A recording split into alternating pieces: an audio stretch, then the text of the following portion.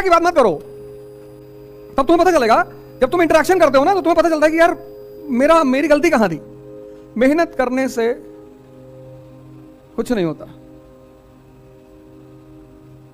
कभी रिक्शे वाले को जाके देखो, हाँ, उसको जो फायदा होता है रिक्शे वाले को, उसको एहसास नहीं होता कि मुझे फायदा क्या हो रहा है। अभी मैं कंपनी गार्डन में टहल रहा था और 12 बजे से टहल रहा था। एक लड़का है मेरे पास, कहा कि मैं क्या सोच रहा था कि बताओ इतनी धूप में 4 लोग टहल रहे हैं, कल खाना खूब खा लिया, मिठाई खा लिया करीब 1.5 किलो। मिठाई नहीं छूट सकती, मिठाई ही खानी है जीवन में। और मीठा खाने का एक नियम है, 1 किलो मिठाई मतलब 10 किलोमीटर की दौड़। और कल दौड़े ही नहीं तो वो सारा मीठा जो है कन्वर्ट ही नहीं हो पाया। तो आज चला है 12 बजे कंपनी गार्डन, तो हमें 2 सीन पैरेलल चल रही थी। एक सीन क्या थी, एक लड़का था 13-14 साल का, खुदाई कर रहा था फावड़ा लेकर और पसीना बह रहा था उसके ठीक सामने एक जोड़ा बैठा हुआ था उसी उम्र का। आमने सामने सीन थी। गेट नंबर 3 जाओगे तो देखोगे वहां खुदाई चल रही है। गेट नंबर 3 के पास कुछ नाला वाला बना रहे हैं, कुछ बना रहे होंगे, कुछ बना रहे हैं शायद, हाँ। और वो गंगानाथ परिसर के पास उधर आज मैंने देखा बड़े लड़के उधर पढ़ रहे थे बेचारे, वो सब फोल्डिंग वोल्डिंग वाला ला के पढ़ भी रहे थे कई सारे लोग। तो 2 सीन पैरेलल थी। एक वो लड़का 13-14 साल का फावड़ा लेके चला रहा था और पसीना बह रहा था। मैंने कहा देखो ये शक्ति अर्जित कर रहा है और ये शक्ति का व्यय कर रहा है।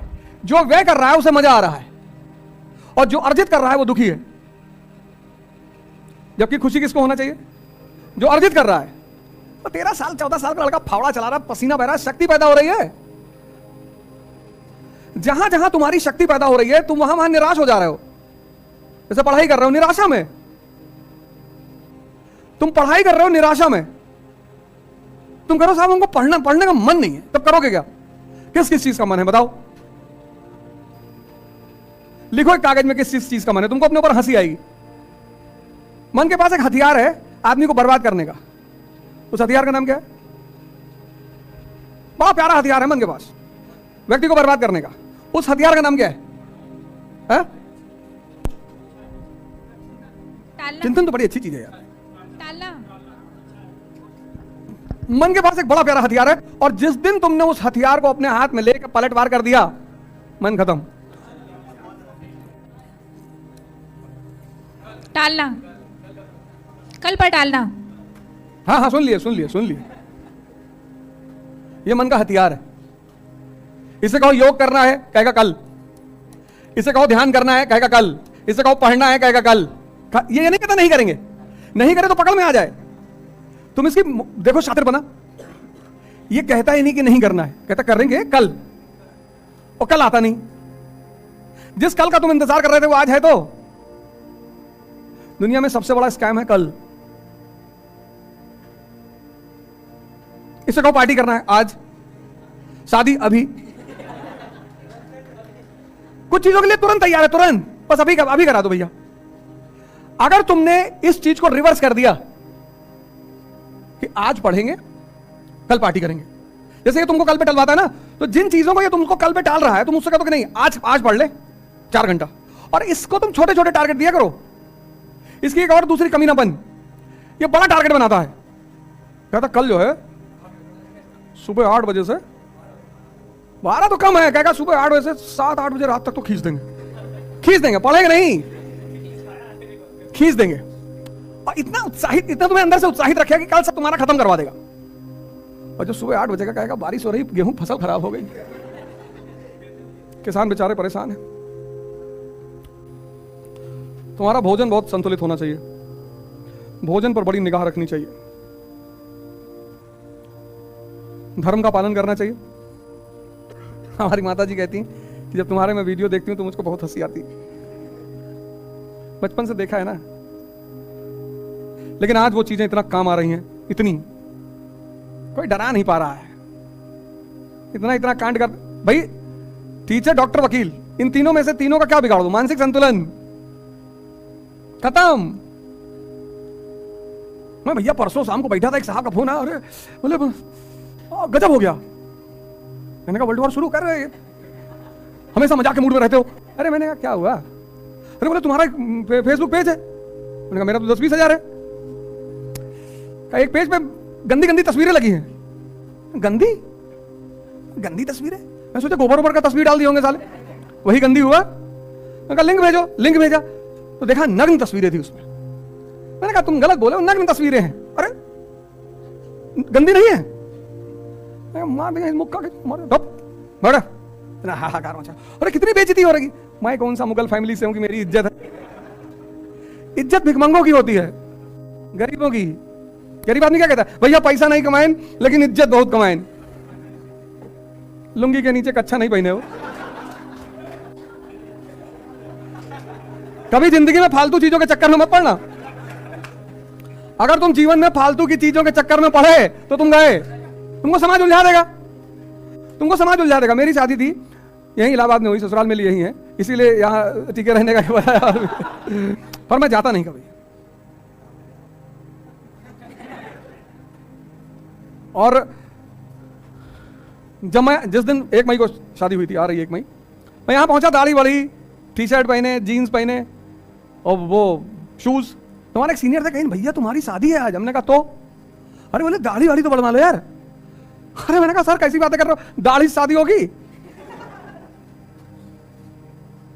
तो यही एक दुकान है आगे, जो खादी आश्रम वाली लाइन नहीं है सिविल लाइंस में, उस तरफ मेन मार्केट जो है सुभाष चौराहा वाली, वहीं पे एक आरिफ भाई दुकान है। तो वो बेचारे उनको बुलाए, कहे पागल वागल हो, बेइज्जती हो जाएगी। कोई बेइज्जती नहीं होगी, मिडिल क्लास की कोई बेइज्जती नहीं होती, तुम चिंता मत किया करो। ये जो शाही वर्ग है ना, ये हम लोग को 2-3 बातों पे डराता है। कहता तुम्हारी इज्जत चली जाएगी, गई है ही नहीं। ये तुमको इन सब चीजों से बांध लेगा, कराएगा तुमको, जेल चले जाओगे। हाँ तो इतने राजनेता जेल गए, किसी की इज्जत गई? मनीष सिसोदिया अंदर, राहुल गांधी जी जाने की तैयारी कर रहे हैं, कह रहे जमानत नहीं ले रहे हैं, जमानत ही नहीं ले रहे हैं। पार्टी परेशान है कि भैया जमानत तो ले, हाई कोर्ट में अपील करो, कहा अपील ही नहीं करेंगे।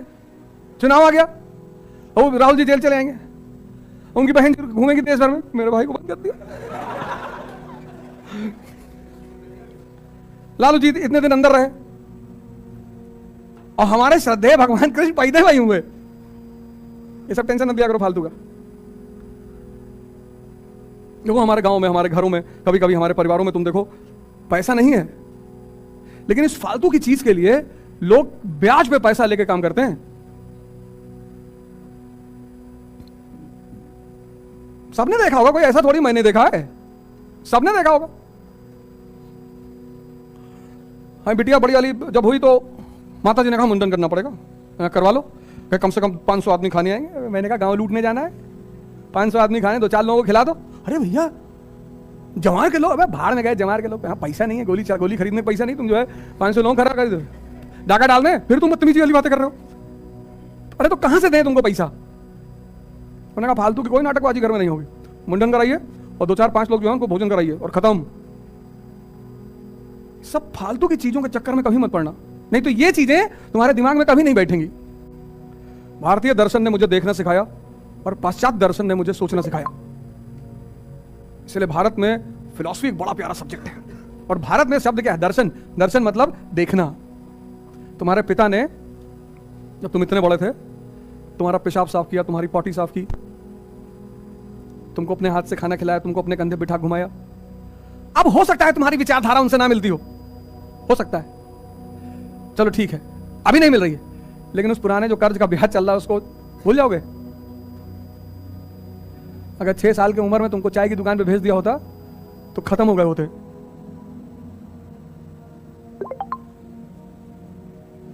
आज मैं लोगों को तो क्या देता हूं, अरे हमारा पापा हमारे ऊपर विचार थोप रहे हैं। कोई बात नहीं, हमारे जमाने में मोबाइल था ही नहीं, कितना बड़ा जनरेशन गैप हो गया है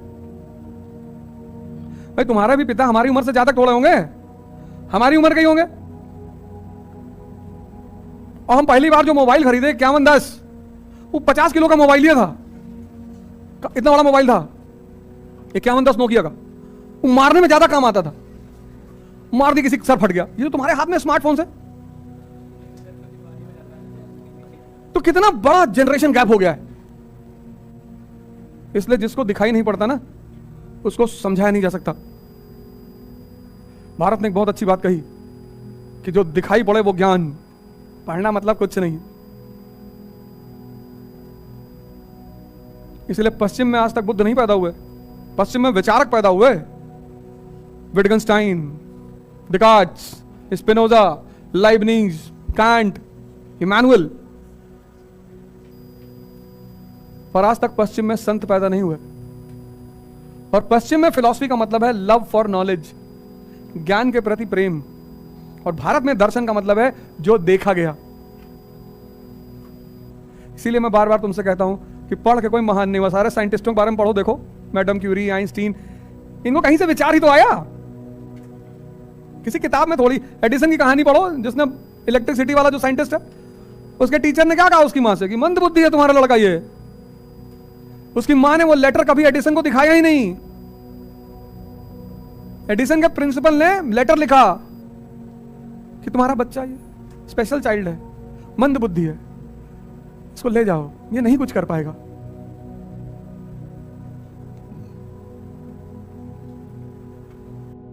तुम्हारा दिमाग कमजोर नहीं है, तुम्हारा दिमाग खराब है। मेरा भी खराब था।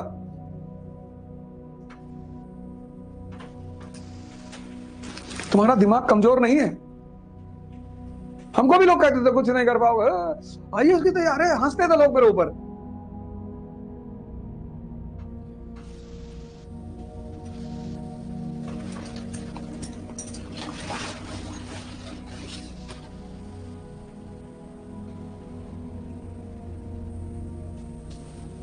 जैसे आज तुम्हारे ऊपर हंसते हैं, ऐसे मेरे ऊपर हंसते थे, कुछ नहीं कर पाओगे। ये कर लो, किराने की दुकान खोल लो, गारमेंट की शॉप खोल लो।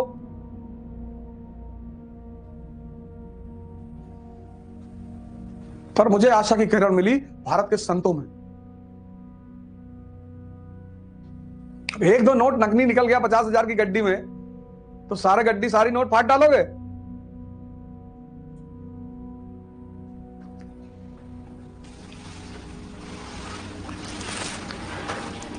और पांचवा